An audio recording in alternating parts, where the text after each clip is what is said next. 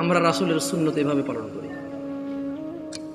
যারা রাসূলকে ঘৃণা করে আমরা বলি যে আমরা ভালোবাসি, দেখো ওয়াল্লাহি ওয়াল্লাহি এটা কখনোই রাখতাম না যদি সুন্নতে মুহাম্মদ না হতো সাল্লাল্লাহু আলাইহি ওয়াসাল্লাম। আমি হাজার অন্যায় করি, আমি মানি মানুষ হিসেবে আমার অপরাধের শেষ নেই, আল্লাহ আমাকে ক্ষমা করুন।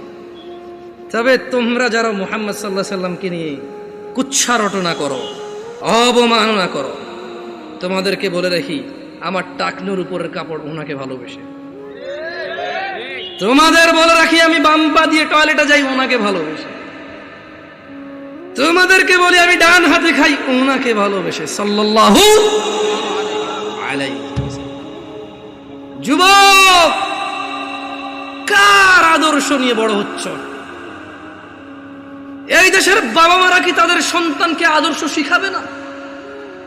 এরা কি তাদের সন্তানকে এভাবেই শিয়াল কুকুরের মতো রেখে চলে যাবে পৃথিবী ছেড়ে, আর আশা করবে তাদের মৃত্যুর পরে এই সন্তানগুলো তাদের অনেক কাজে আসবে?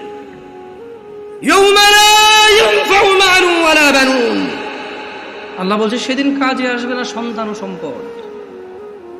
ও নয়াপাড়ার মানুষরা, তোমাদের আদর্শ কে? তোমাদের আদর্শ কে? না, তোমাদের আদর্শ ব্রাজিল আর্জেন্টিনার পতাকা। 4 কিলোমিটার পতাকা লাগাইছে আম বাগান বিক্রি করে, খবরে শুনেছি। আল্লাহকে হেদায়েত দিক। আল্লাহ আমার ভাইকে বুঝার তৌফিক দান করুন। যদি আজ বাংলাদেশের নিয়ে কিছু করতে বুঝতাম, নিজের দেশের একটা গিনিস বুকে ওয়ার্ল্ড হইতো। অ্যাটলিস্ট বাংলাদেশ, আমরা বাংলাদেশি, আমাদেরকে কেউ চিনতো কোনো একটা কারণে, হয়তো আমরা গেলে সম্মানিত হতাম যে আচ্ছা তুমি ওই দেশের মানুষ, যে দেশ তার দেশ, যে দেশের মানুষ তাদের দেশকে এত ভালোবাসে।